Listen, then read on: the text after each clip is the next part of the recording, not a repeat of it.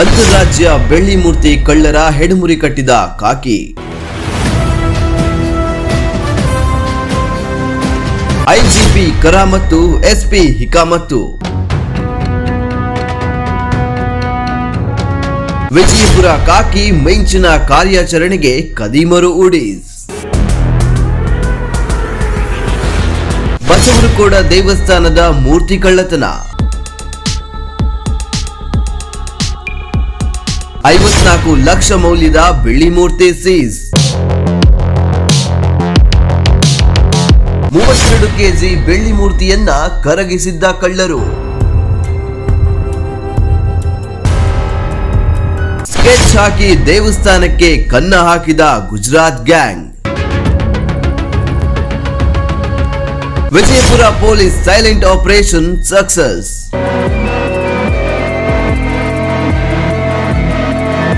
ಮೂರ್ತಿ ತುಂಡರಿಸಿ ಗಟ್ಟಿ ಮಾಡಿದ್ದ ಕಿರಾತಕರು.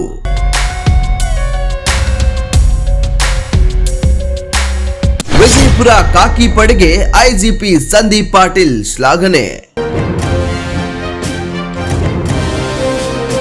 ಮುದ್ದೆಬಿಹಾಳದ ಬಸರಕೋಟದ ಆ ಕತ್ತಲ ರಾತ್ರಿ ಗ್ರಾಮಸ್ಥರು ಗಾಢ ನಿದ್ರೆಯಲ್ಲಿದ್ದಾಗ ಪವಾಡ ಬಸವೇಶ್ವರ ದೇವಸ್ಥಾನದ ಕಬ್ಬಿಣದ ಬಾಗಿಲಿನ ಕೀಲಿಗಳು ಮುರಿದು ಬಿದ್ದಿದ್ವು. ಗರ್ಭಗುಡಿಯಲ್ಲಿದ್ದ ಕೋಟಿ ರೂಪಾಯಿ ಬೆಲೆ ಬಾಳುವ 32 ಕೆಜಿ ತೂಕದ ಆ ಪವಿತ್ರ ಬೆಳ್ಳಿಯ ಬಸವೇಶ್ವರ ಮೂರ್ತಿ ಕ್ಷಣಾರ್ಧದಲ್ಲಿ ಮಾಯವಾಗಿತ್ತು.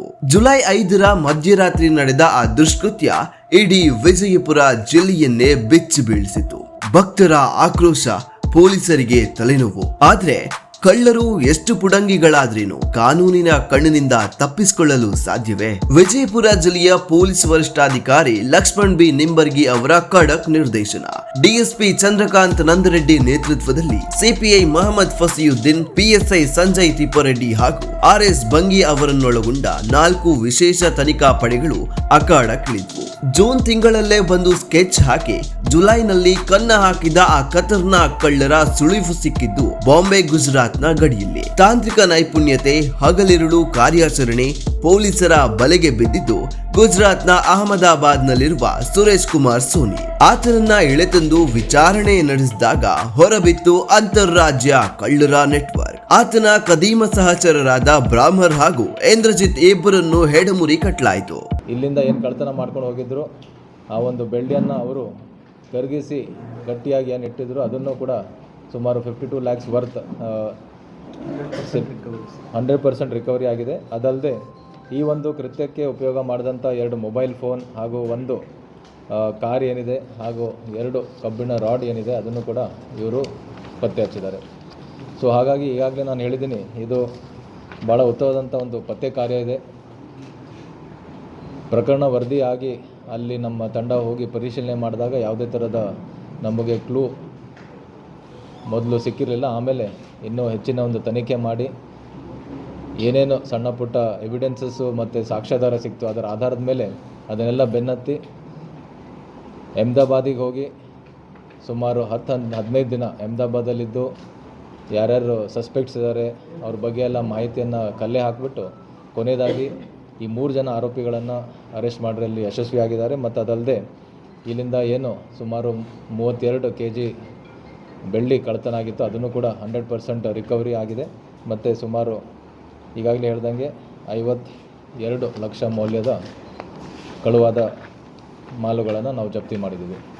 ಆದ್ರೆ ಕಳ್ಳರು ಎಸಗಿದ್ದ ಕೃತ್ಯವನ್ನ ಕೇಳಿದ್ರೆ ಎದೆ ಜಲ್ಲನ್ನುತ್ತೆ. ಭಕ್ತಿಯ ಸಂಕೇತವಾಗಿದ್ದ ಆ ಪವಿತ್ರ ಮೂರ್ತಿಯನ್ನ 4 ಭಾಗಗಳಾಗಿ ತುಂಡರಿಸಿ ಉಳಿದ ಭಾಗವನ್ನ ಕರಗಿಸಿ ಗಟ್ಟಿಗಳನ್ನಾಗಿ ಮಾಡಲಾಗಿತ್ತು. ಪೊಲೀಸರು ನಡೆಸಿದ ಮಿಂಚಿನ ದಾಳಿಯಲ್ಲಿ ಸಿಕ್ಕಿದ್ದು 4 ಕೆಜಿ ತೂಕದ ಮೂರ್ತಿಯ ತುಂಡರಿಸಿದ ಭಾಗಗಳು, 23 ಕೆಜಿ ತೂಕದ ಕರಗಿಸಿದ್ದ ಬೆಳ್ಳಿಯ ಗಟ್ಟಿಗಳು, 67,600 ರೂಪಾಯಿಯ ನಗದು. ಕೃತ್ಯಕ್ಕೆ ಬಳಸಿದ GJ01 KS4317 ನಂಬರ್ನ ಕಾರು ಮತ್ತು ಕಬ್ಬಿಣದ ರಾಡ್ಗಳು.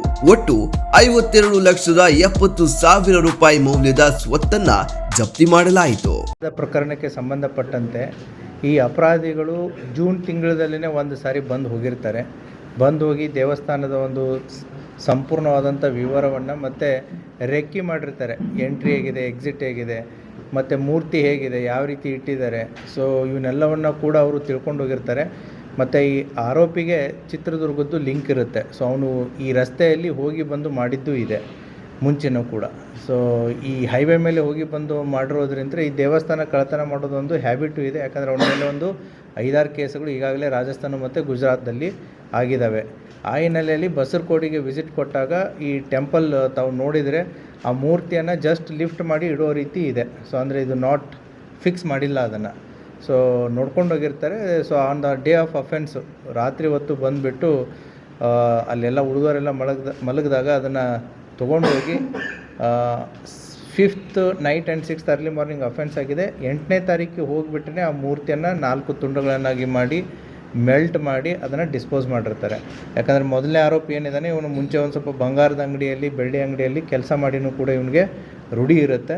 ತದನಂತರ based upon lot of human efforts, so ಸಾಕಷ್ಟು ತನಿಖೆಯಲ್ಲಿ ಎಫರ್ಟ್ಸ್ಗಳನ್ನ ಮಾಡಿ ಇವರ ಬಗ್ಗೆ ಸ್ವಲ್ಪ ಮಾಹಿತಿಯನ್ನು ಕಲೆಕ್ಟ್ ಮಾಡಿ ಸುಮಾರು 15 ಡೇಸ್ ಅಹಮದಾಬಾದಲ್ಲೇ ನಮ್ಮ ತನಿಖಾ ತಂಡ ಅಲ್ಲೇ ಇದ್ದು ಈ ಆರೋಪಿಗಳನ್ನ ಪತ್ತೆ ಮಾಡಿ ತೊಗೊಂಬಂದಿದ್ದಾರೆ. ಸೊ ಏನು ಡಿಸ್ಪೋಸ್ ಮಾಡಿದ್ರು, ಸೊ ಡಿಸ್ಪೋಸ್ ಮಾಡಿದವ್ರ ಕಡೆ ಅಂದರೆ ಈ ಗಟ್ಟಿ ಬೆಳ್ಳಿ ಸುಮಾರು 23 kg 1 kg ಗಟ್ಟಿ ಬೆಳ್ಳಿ ಇದೆ. ಮತ್ತು 4 kg ಕೂಡ ಅದು ಮೂರ್ತಿ ತುಂಡು ಮಾಡಿದಂಥ ಬೆಳ್ಳಿನೂ ಕೂಡ ಸಿಕ್ಕಿದೆ. ಸೊ 100% ರಿಕವರಿ ಆಗಿದೆ. ತನಿಖಾ ತಂಡ ಸುಮಾರು 1 ತಿಂಗಳಕ್ಕಿಂತಲೂ ಹೆಚ್ಚು ಇದರಲ್ಲಿ ಶ್ರಮ ವಹಿಸಿ ಇದನ್ನು ಪತ್ತೆ ಮಾಡಿದ್ದಾರೆ. ಪ್ರಕರಣದಲ್ಲಿ ಭಾಗಿಯಾಗಿದ್ದ ಇನ್ನುಳಿದ ಆರೋಪಿಗಳಿಗಾಗಿ ಬಲೆಯನ್ನ ಬೀಸಲಾಗಿದೆ. ಪೊಲೀಸರ ಈ ಚಾಣಾಕ್ಷ ತನಿಖೆಯನ್ನ ಮೆಚ್ಚಿ ಉತ್ತರ ವಲಯ ಐಜಿಪಿ ಸಂದೀಪ್ ಪಾಟೀಲ್ ಅವರು ತನಿಖಾ ತಂಡಕ್ಕೆ ಪ್ರಶಂಸಾ ಪತ್ರವನ್ನ ನೀಡಿ ಗೌರವಿಸಿದ್ದಾರೆ. ಕಾನೂನಿನ ಕೈಗಳು ಸುಮ್ಮನೆ ಕೂರುವುದಿಲ್ಲ. ಕತ್ತಲಲ್ಲಿ ಕನ್ನ ಹಾಕಿದವರಿಗೆ ಈಗ ಕಂಬಿಯ ಹಿಂದೆ ಶಿಕ್ಷೆಯ ಕಾಲ ಬಂದಿದೆ. Bureau report, Vishwaprakash Shri Malagonda, ASTV Kannada, Bengaluru.